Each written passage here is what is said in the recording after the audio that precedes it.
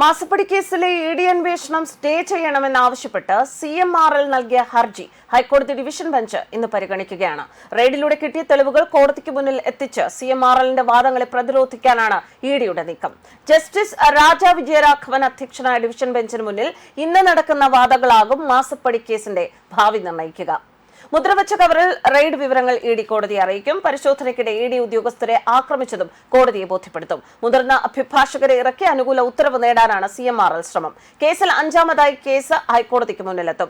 Justice രാജ വിജയരാഘവന്റെ ബെഞ്ചാണ് പരിഗണിക്കുക. തെളിവുകളൊന്നുമില്ലാതെ ED കേസിൽ മുന്നോട്ട് പോവുകയാണ് എന്നായിരുന്നു CMRLന്റെ പ്രധാന വാദം. എന്നാൽ ശക്തമായ തെളിവുണ്ടെന്നും വീണ അടക്കമുള്ളവർ കേസിൽ എങ്ങനെയാണ് ഇടപെട്ടത് എന്നും ഇഡി വാദിക്കും. റെയ്ഡ് അടക്കം ഇഡി ശക്തമായി ചൂണ്ടിക്കാട്ടും. അഡീഷണൽ സോളിസിറ്റർ ജനറൽ ആയിരിക്കും ഇഡിക്ക് വേണ്ടി ഹാജരാകുക. ഡയറക്ടറേറ്റുമായി തീരുമാനിച്ചാണ് കേസിന്റെ മുന്നോട്ട് പോക്ക്. ഇഡി തീരുമാനിച്ചത് അങ്ങനെയാണ്. റെയ്ഡിനുണ്ടായ അനിഷ്ട സംഭവവും കോടതിയെ ധരിപ്പിക്കും. അതേസമയം CMRL നിന്ന് പ്രതിഫലമായി ലഭിച്ച 2.78 കോടി രൂപയിൽ 45 ലക്ഷം രൂപ ശശിധരൻ കർത്തായുടെ നോൺ ബാങ്കിംഗ് ഫിനാൻസ് കമ്പനിയായ എംപവർ ഇന്ത്യ ലിമിറ്റഡിലേക്ക് വീണ കൈമാറിയിരുന്നതിന് തെളിവായി എക്സലോജിക് കമ്പനിയുടെ ബാങ്കിംഗ് രേഖകൾ. CMRL നിന്ന് ഓരോ തവണയും എക്സലോജിക്കിന്റെ അക്കൗണ്ടിൽ പണം എത്തുമ്പോഴും 4 മുതൽ 21 ദിവസം വരെയുള്ള ഇടവേളയിൽ ഈ തുക എംപവർ ഇന്ത്യക്ക് കൈമാറിയിരുന്നതായി SFIO റിപ്പോർട്ടിനൊപ്പം ചേർത്ത ചാർട്ട് വ്യക്തമാക്കുന്നു. വീണയ്ക്ക് 2 തവണയായി ശശിധരൻ കർത്ത നൽകിയ 50 ലക്ഷം രൂപയുടെ വായ്പ തിരിച്ചു കിട്ടാനായി പൊതുമേഖലാ കമ്പനിയായ CMRLനെ ഉപയോഗപ്പെടുത്തിയെന്ന് തെളിയിക്കുന്നതാണ് ഈ രേഖ. കർത്തായുടെ കടം വീട്ടിയതിനു പുറമെ 2.33 കോടി രൂപ വീണയുടെയും എക്സാലോജിക്കിന്റെയും കയ്യിലും എത്തി.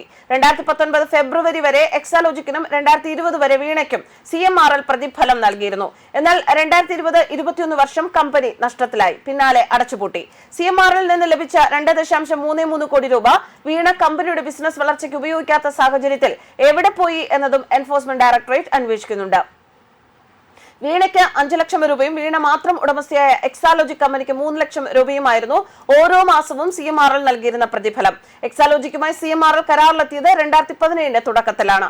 ആ വർഷം മെയ് മുതൽ 2019 ജനുവരി വരെ CMRL നിന്ന് ലഭിച്ച പ്രതിഫലമാണ് എക്സാലോജിക് നേരെ എംപവർ ഇന്ത്യയിലേക്ക് കൈമാറിയത്. മെയ് 4 അക്കൗണ്ടിൽ ആദ്യ പ്രതിഫലമായി എത്തിയ 3 ലക്ഷം രൂപ മെയ് 9 തന്നെ മാറ്റി. ഇങ്ങനെ ഏതാനും ദിവസങ്ങളുടെ ഇടവേളയിൽ തുക കൈമാറിക്കൊണ്ടിരുന്നു എന്നാണ് ചാർട്ട് വ്യക്തമാക്കുന്നത്. CMRLൽ ആദായനികുതി റെയ്ഡ് നടന്ന 2019 ജനുവരി വരെ തുക കൃത്യമായി എക്സാലോജിക്കിന് നൽകി. അപ്പോഴേക്കും 45 ലക്ഷം രൂപ എംപവർ ഇന്ത്യയിലേക്ക് മാറ്റിക്കഴിഞ്ഞിരുന്നു. CMRLുമായി കരാർ വയ്ക്കുന്നതിന് മുൻപ് 2016 നവംബറിൽ എക്സാലോജിക് 4 ലക്ഷം രൂപ തിരിച്ചടച്ചത് കൂടി ചേർത്താൽ 49 ലക്ഷം രൂപ എക്സാലോജിക്കിൽ നിന്ന് എംപവറിന് തിരിച്ചടവ് ലഭിച്ചു. 12% പലിശയ്ക്കാണ് 50 ലക്ഷം എക്സാലോജിക് വായ്പ നൽകിയിരുന്നത്. റെയ്ഡ് നടന്നില്ലായിരുന്നെങ്കിൽ പലിശ കൂട്ടി CMRLന്റെ ചിലവിൽ എക്സാലോജിക്കിൽ നിന്ന് ഈടാക്കാൻ കർത്തായുടെ എംപവർ കമ്പനിക്ക് സാധിക്കുമായിരുന്നു. ന്യൂസ് ഡെസ്ക് കർമ്മ ന്യൂസ്.